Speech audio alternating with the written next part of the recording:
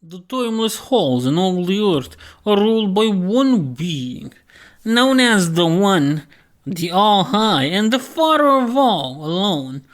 That is none other than 5.Illuvitar. Now this guy is the supreme deity of Outta.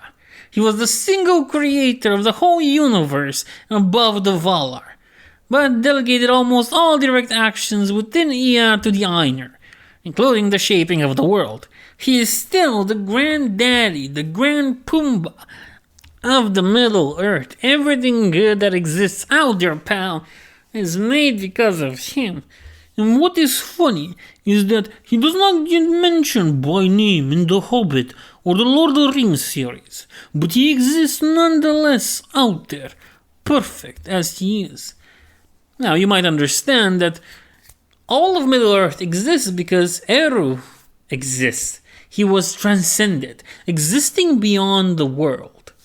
The all-powerful 5.Illuvitar created the Ainur, and with their help, they forged and created Arda through a holy music and chanting that is now known as the Music of Ainur. He also created the bounds of Ea, the world and all that is, which lay amidst the void, or the outside as it was sometimes called. In that void nothing really existed, but Illuvitar gave the option to the Ainur to go there and create. And so the greatest Ainur who chose to do so were then called the Valar, and they controlled the shaping of Arda. Now, pal, they couldn't really make original life, okay? At the end of the day, that was the job of the all-powerful one, of Illuvitar. But you have to understand that some, like Owl, proved that they were capable of creating things, because Owl shaped the dwarven forms. He didn't give them conscience, and they were not really alive, because Illuvitar was the one that gave them that. You also have to understand that the elves and the men are children of Illuvitar, who are known as the first, for elves of course, because we are the firstborn, and second for the children of men. Accompanying the Valar were also the lesser known or lesser Ainur, known as the Maiar. And now let's look at the involvement that Illuvitar had in the creation of the Middle Earth. First of all, he created the elves, us, the very best race out there, who woke in the years of the trees. Then he created men, who awoke within the first rising of the sun. In the second age, Illuvitar, called upon by the Valar, buried King Ar-Pharazôn and his army when they landed at Aman in 3319, defying the ban of the Valar. He caused the earth to take a round shape after drowning Numenor in a great chasm, and caused the undying lands to be taken outside the spheres of the earth, practically removing them from what we now know as the Middle Earth. Illuvitar would also play a pretty important part in the Third Age, when Gollum would trip and fall with the One Ring into the lava of Mount Doom. It is a beautiful story that I like very much, but we must also talk about something related to the Aiur and Illuvitar. Yeah, pal, it's one of the more sadder parts, but it involves Melkor. Oh yeah, Melkor. Now, to understand, Melkor was probably one of the most powerful Valar in Origins. But out of pride and lust to create things entirely of his own being, because you have to understand, everything that was created by the Valar, the Ainur, was created thanks to the will of Illuvitar. So Melkor exactly wanted to become a god like Illuvitar. Melkor decided to sing his own themes in the music of the Ainur, which, as you can imagine, were not in the design of Illuvitar. And these created chaos, which brought some Maiar to fall to corruption, and those that did would become the Balrogs, some of Melkor's deadliest and still most loyal servants, his torturers of flame and shadow, who brought ruin with them. Now, not all of Melkor's servants would join him, not at first. They would do so after they entered the world. And one of these servants was none other than the Dark Lord himself, Sauron. In the beginning, Sauron was just a Maiar under the patronage of Owl.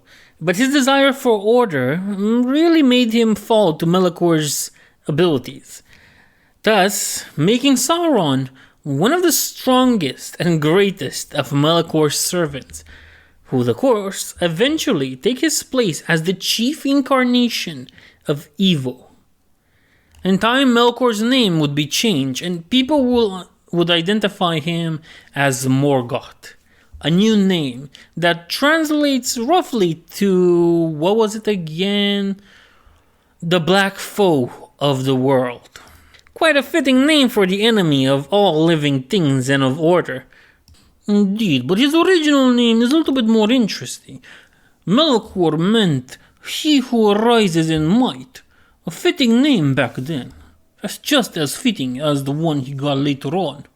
Indeed, as the Valar were trying to make the world whole, to shape Arda, Melkor made his own domain and worked the best he could to stop the Valar from accomplishing their goal. And for a time, it seemed like Morgoth was on the right track of winning. The Valar just couldn't compete against him. But then came the fall, or should I say, the coming of the last Iron to come to Arda. And that is the Vala Tulkas, who tipped the scale in favor of the Ainur, in favor of the Vala, and managed to banish Morgoth. Just for a while. The Valar could create the world and continue to shape it, but then Morgoth would come and he would gain rule over the land. He would do so by making a fortress in the north called Utomo, and he would raise a giant circle of mountains to protect it. Of course, that would be protected by decay all over. Now, you must understand that at some point the Valar created 2 lamps to light the Middle Earth, but Morgoth destroyed them. And so the Valar withdrew to the continent of Aman, and there they built Valinor, technically giving free reign to Melkor, to Morgoth.